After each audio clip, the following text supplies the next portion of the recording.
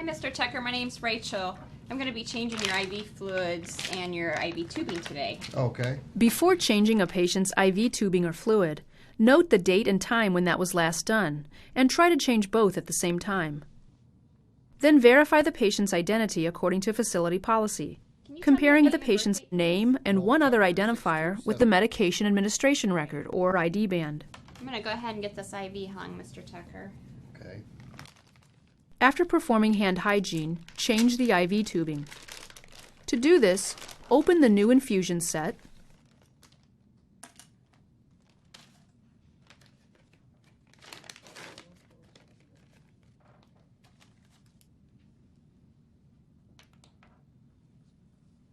put on clean gloves,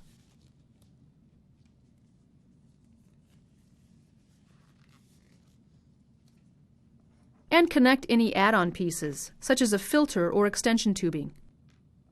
Keep the protective coverings over the infusion spike and distal adapter, and secure all connections.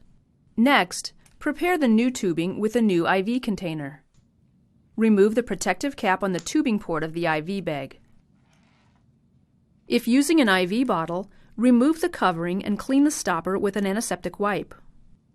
For either type of container, remove the protective cap from the tubing spike and, without touching the tip, insert it into the port of the IV bag or the rubber stopper of a bottle.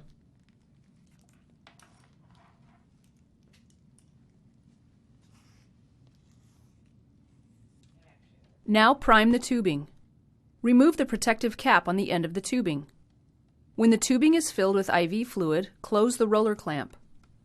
If necessary, press and release the drip chamber until it's 1/3 to 1/2 full. Next, check the entire length of tubing for air bubbles and remove them by firmly tapping the tubing over them.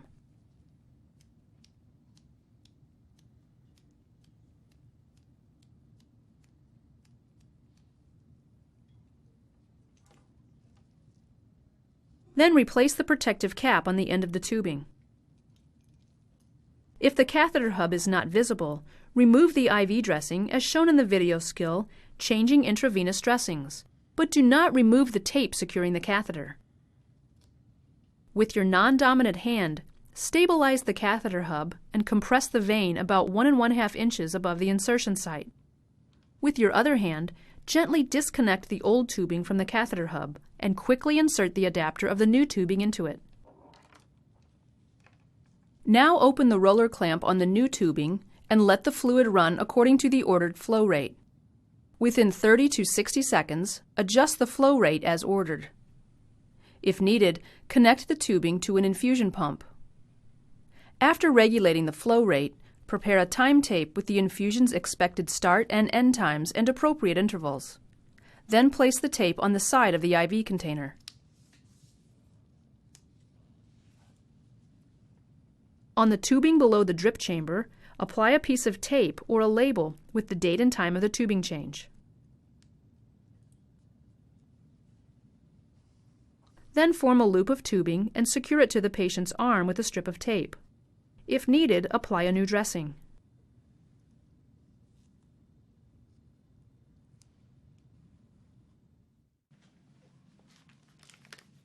To change the IV solution without changing the tubing, prepare the IV container as shown earlier.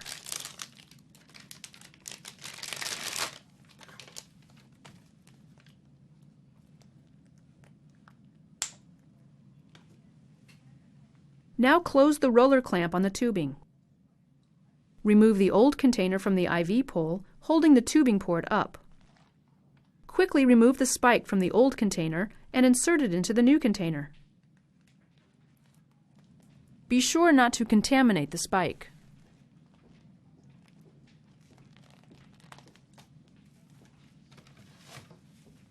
Now hang the new container on the IV pole and check the tubing for air. If you detect air bubbles, remove them as shown earlier. If a larger amount of air is present, clean the port with an alcohol swab below the air pocket. Once the port is dry, insert a syringe into it and aspirate the air. Next, ensure that the drip chamber is 1/3 to 1/2 full. If it's too full, pinch off the tubing below it, invert the IV container, squeeze and release the drip chamber, turn the container upright and unpinch the tubing.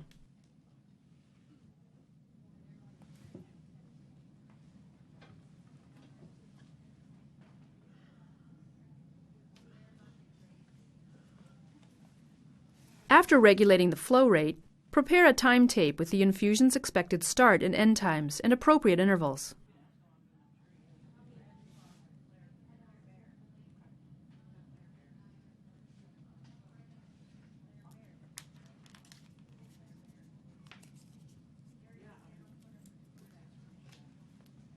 Then place the tape on the side of the IV container. As part of your follow-up care, reevaluate the flow rate every hour.